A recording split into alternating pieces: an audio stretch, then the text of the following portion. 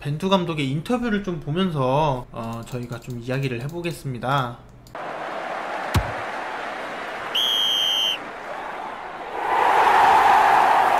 지난 9월 소집과 비해 멤버 변화가 크지 않다라는 질문에 팀은 항상 열려있고 새로운 선수들이 들어올 수 있다. 다만 기본적인 것들은 갖추고 있어야 정체성을 갖고 팀을 만들어갈 수 있다. 지난 소집은 어느 정도 만족스러웠다. 대표팀은 훈련할 시간이 많지 않기 때문에 토대가 매우 중요하다. 토대가 있어야 새로운 선수들을 뽑아 팀을 만들어갈 수 있다.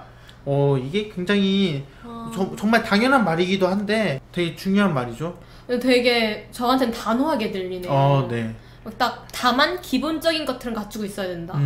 맞아요. 이게 정말 중요하죠.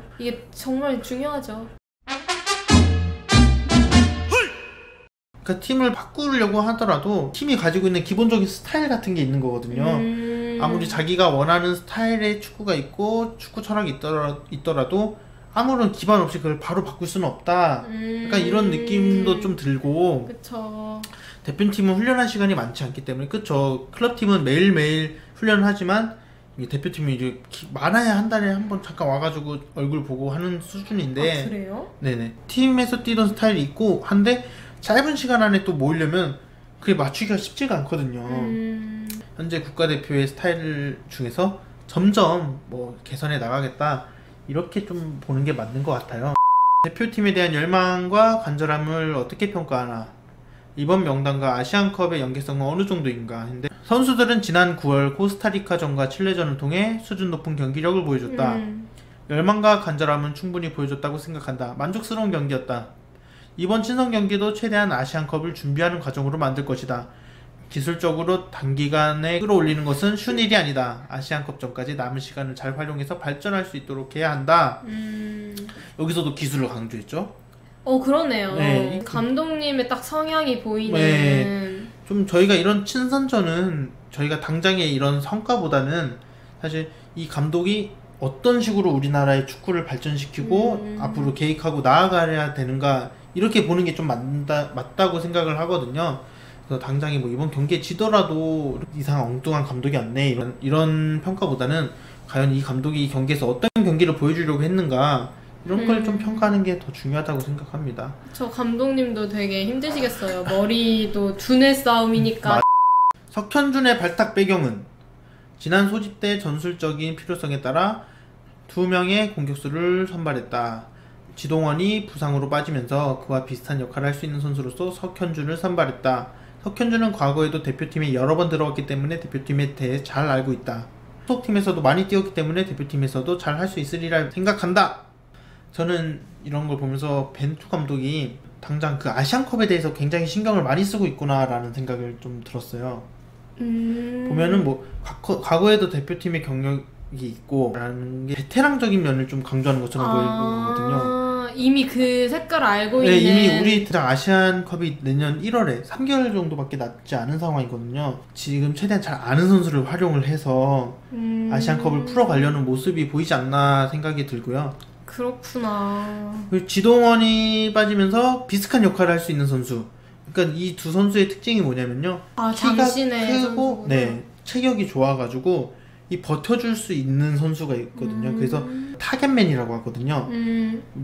이런 건장한 체격을 중심으로 상대방과 버텨주고 우리 공격이 잘 풀어나갈 수 있게 또 골도 넣고 선수를 타겟맨이라고 이렇게 하거든요. 그런 선수로서 석현준 선수가 선발이 되었다.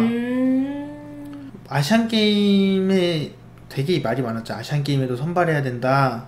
황의조 대신 석현준을 선발했어야 된다. 이런 얘기도 되게 많았었어요. 결과적으로는 황의조가 너무 잘해줬기 때문에. 그쵸. 각의조님이 되셨죠. 네. 하지만 석현준도 분명히 우리나라에서 이런 스타일의 선수가 많지 않기 때문에 분명히 저는 좋은 선택 중에 하나라고 생각을 합니다.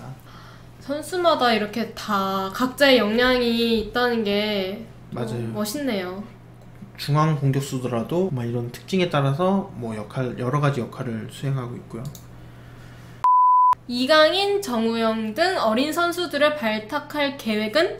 자, 이강인, 정우영 선수 나왔죠? 네. 제가 저번 시간에 배운 선수들입니다. 맞아요. 저번 시간에 발렌시아랑 윈헨에서 뛰고 있는 선수들 20살도 안 된 어린 선수들 대단한 선수들이죠. 어린 선수들을 발탁할 계획은? 이라고 질문을 했는데요. 네. 이제 물론 재능 있는 좋은 선수들이고 계속 관찰해야 할 선수들이다. 하지만 1월에 아시안컵을 앞두고 있는 현 시점에서는 아시안컵을 최대한 잘 준비하는 것이 중요하다. 아직 생각이 없다고 말씀하시는 것 같네요. 벤투 감독의 생각을 알 수 있는 게 바로 말했잖아요. 1월에 있는 아시안컵을 앞두고 있는 현 시점에서는 이런 어린 선수들의 그런 가능성을 보기보다는 최대한 아시안컵을 위해서 짜여져 있는 스타일을 더 단단히 할 필요가 있다. 그래서 경험이 있는 선수들을 계속 포함한 거고 베테랑 선수들을 계속 선발하는 이유가 그런 면이 있다고 볼 수 있겠죠. 그렇네요. 네. 이렇게. 아무래도 뭐 아시안컵이 끝나고 뭐 이제 다음 친선 경기라든가 이럴 때는 좀 여유가 있을 때는 여러 가지 선수들을 뽑아보면서 실험을 할 수가 있겠죠. 자, 왼쪽 풀백으로 윤석영 대신 박주호를 선발한 이유는 네, 박주호가 부상에서 복귀한 지 얼마 안 됐다는 것을 알고 있지만 과거 경기를 보면 모두 알다시피 기술적으로 훌륭하고 전술적으로 활용도가 높은 선수다. 왼쪽 풀백으로 새로운 선수를 보고 싶어 선발했다. 또 나왔습니다. 네, 또 그 단어가 또 나왔어요. 기술적. 그 기술, 그놈의 기술.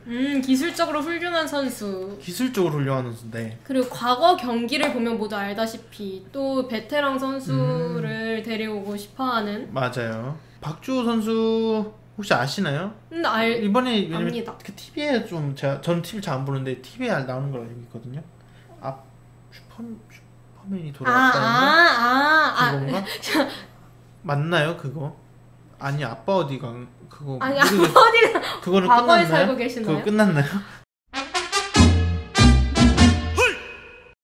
잘 그 슈퍼맨이 돌아도 맞는 것 같아요. 그 굉장한 귀여운 딸을 네 맞아요. 그리고 낳은 일을 그리고 그 외국 여성분이랑 되게 결혼하셨잖아요. 맞아요. 국적은 제가 잘 모르고 하는데 인생은 박주호처럼 이라는 말이 즉 승자는 박주호 선수. 예.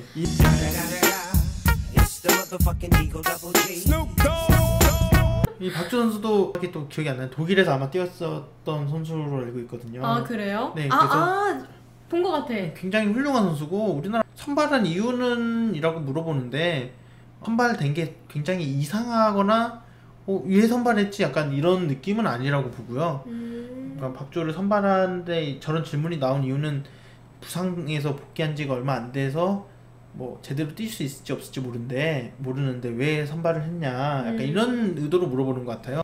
새로운 선수를 계속 확인하고 싶어 하는 것 같은데 국가대표에 대한 경험이 많고 경험 또 베테랑이거든요. 이번 월드컵에도 출전했고 장현수의 그 킬러 패스에 의해서 부상을 당하긴 했지만 여기 우울 까매지고 장현수가 경기 중 실수를 범하는 것 때문에 많은 비판을 받았는데 이번에도 선발한 의도는 무엇인가? 자, 뭐라고 대답하셨을까요? 모든 선수들은 예외 없이 경기에서 실수를 할 수 있다. 나는 한 번의 실수만 보지 않는다. 경기 중 그 선수가 하는 수많은 움직임들을 종합적으로 평가한다. 하나의 장면으로만 그 선수를 평가하지 않는다. 장현수는 지난 9월 두 경기에서 매우 잘해줬다.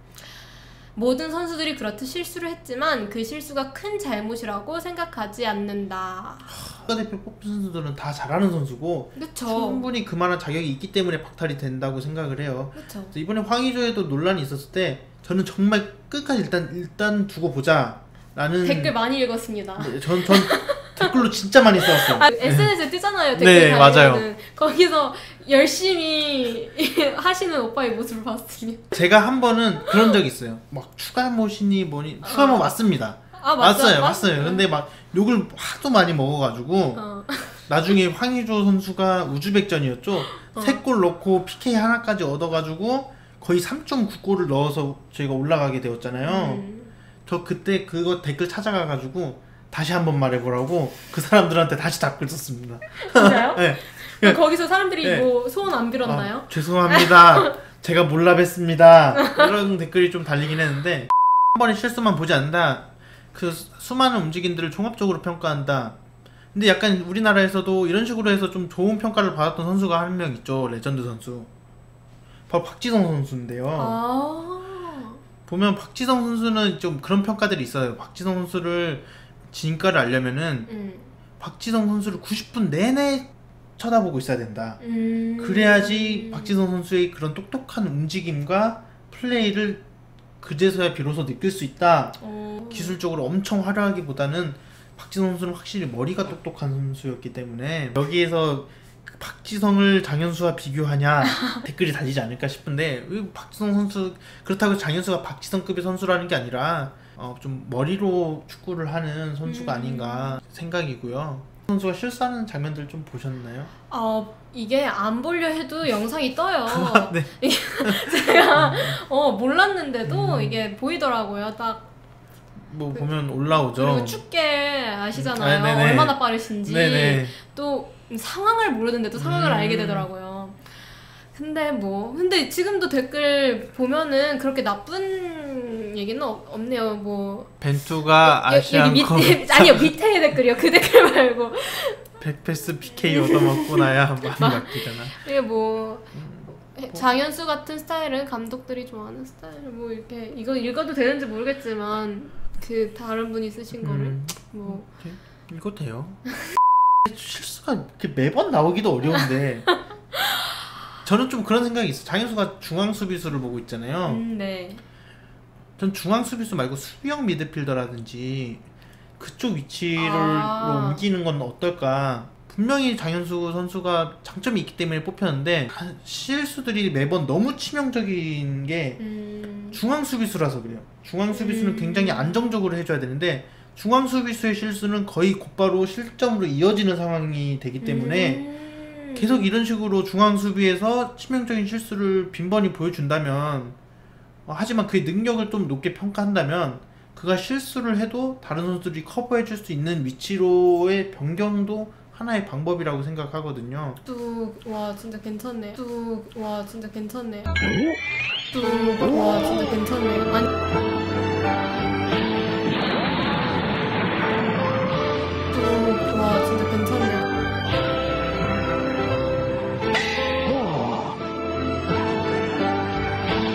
아니 뭐 선수도 정말 실력이 있으시니까 여기까지 올라가신 건 당연한 거고 말 안 해도.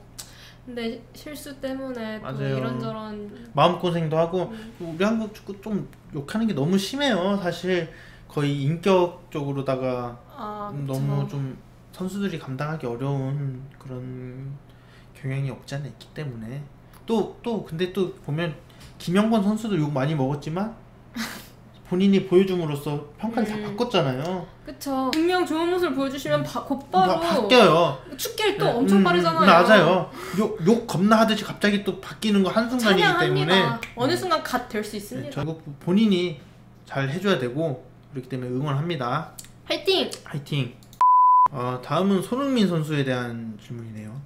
손흥민이 너무 많은 일정을 소화한다는 우려가 있었다. 손흥민의 컨디션은 어떤가? 컨디션 중요한 문제죠. 굉장히 중요해요. 현 시점은 지난 소집 때와 조금 다르다. 지난 소집 때는 아시안게임 여파로 피로에 노출되어 있었다.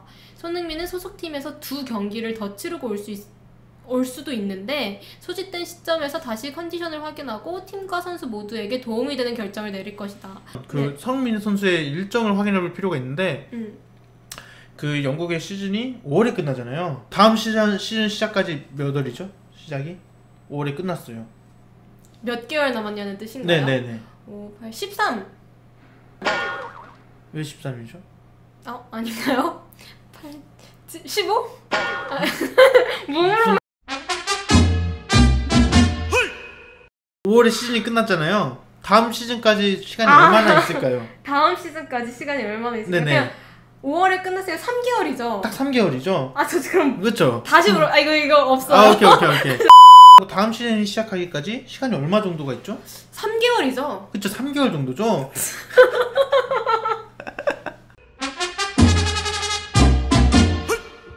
3개월인데 보통 그 기간에서 이때 쉬고 몸에 좀 체력도 보충을 하고 나름 개인적으로 훈련을 하면서 몸도 만들어 놓고 그런 건데 손흥민 선수는 월드컵을 뛰었죠.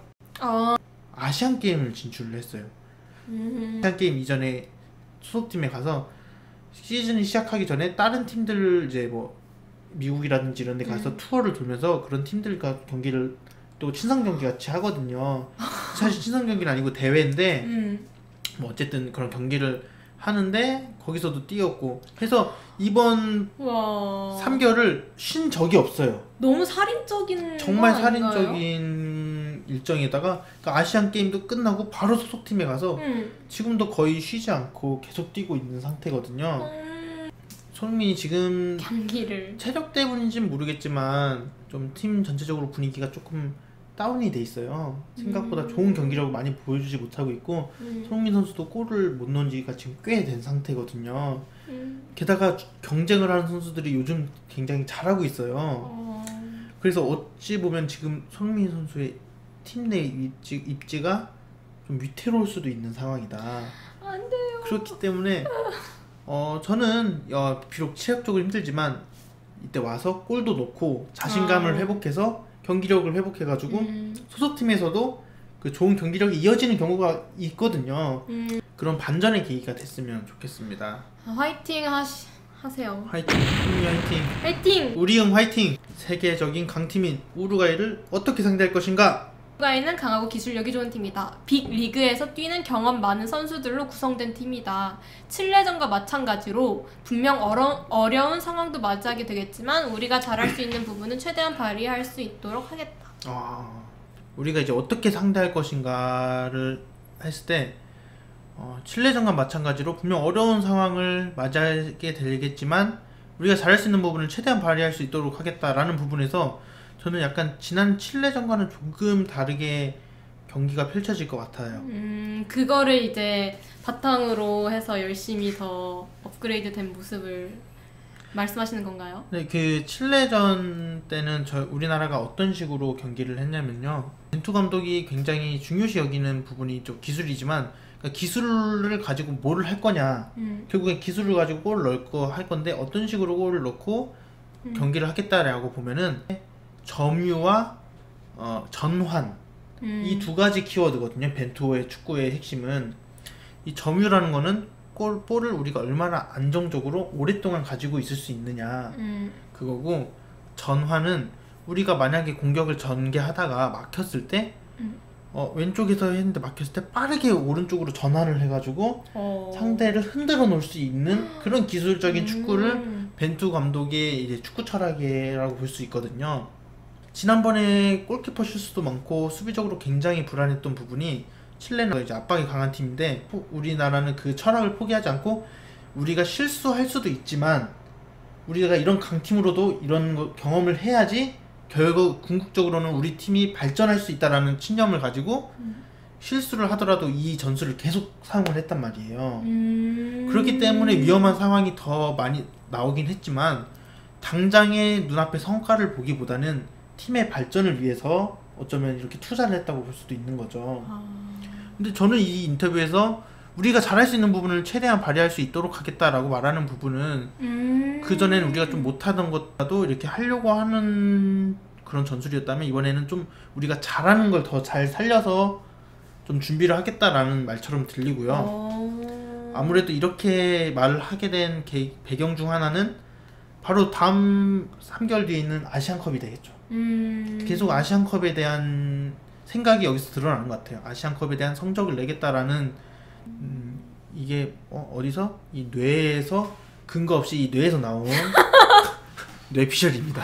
추갈못이다. 추갈못입니다. 뇌피셜입니다. 이런 거 오해하지 마시고. 그러니까 이 방금 말씀드렸던 의견들은 전부 저의 사견이고 맞아. 그냥 뭐 저 축구 몰라요. 이 정도면 그냥 저희 둘이 축구관에서 떠드는 거 그냥 하는 거예요. 네, 또 하는 거니까 하시고. 아니, 나는 진짜 하나도 몰라서 오빠 말 다 맞춰버린단 말이에요. 그쵸. 맞아요. 저 지금 세뇌당하고 있는 거예요. 맞아요. 국가대표 이제 이번에 선발된 라인업에 대해서 이야기를 해봤습니다. 또 정리를 다시 한번 해볼까요? 그럽시다. 우선 이번 명단은 크게 변화가 없습니다. 그 이유는 아무래도 아시안컵, 제가 봤을 때 이건 그냥 모든 정리하는 것은 다 아시안컵으로 흘러갈 것 같은데 석현준 선수 뽑은 이유, 뭐 석현준 선수는 타겟형, 이게 키가 크고 몸싸움이 좋은 그런 선수가 필요하다. 그리고 경험이 있기 때문에 그냥 아시안컵 대회를 위해서. 박주호 선수 또한 또 다양한 선수를 확인하고 싶고 직접 실험해보고 싶고, 그 중에서도 당장 아시안컵에 활용하기 위해서는 베테랑인 박주 선수가 필요할 것으로 보인다. 어쨌든 팀을 만들어가기 위해서 새로운 선수들이 나온 게 박지수 선수와 이진현 선수. 그 둘의 선수의 스타일을 보면은 기술, 결국에 그 지배력을 높이고 전환이라는 벤투의 축구 철학을 점점 대한민국 축구 대표팀에 불어넣기 위해서 선발한 것으로 보이고, 뭐 이강인 선수라든지 어린 선수들이 뽑지 않은 이유, 멀리 있는 뭐 월드컵을 보기보다는 당장의 아시안컵을 준비하기 위해서는 어린 선수들의 가능성보다는 지금 우리가 가지고 있는 그런 스타일을 좀 더 간단하게 만들 필요가 있다. 결국에는 당장 아시안컵에 좋은 성적을 내기 위한 명단이었다. 또 그런 아시안컵. 벤투 앞으로도 당장의 성과를 위해서 정말 많은 걸 포기하기보다는 당장의 경기들은 좀 지고 안 좋더라도 정말 장기적으로 봤을 때 우리나라 축구가 발전할 수 있는 그런 축구를 좀 보여주길 바랍니다. 자, 이상 끝! 안녕. 안녕.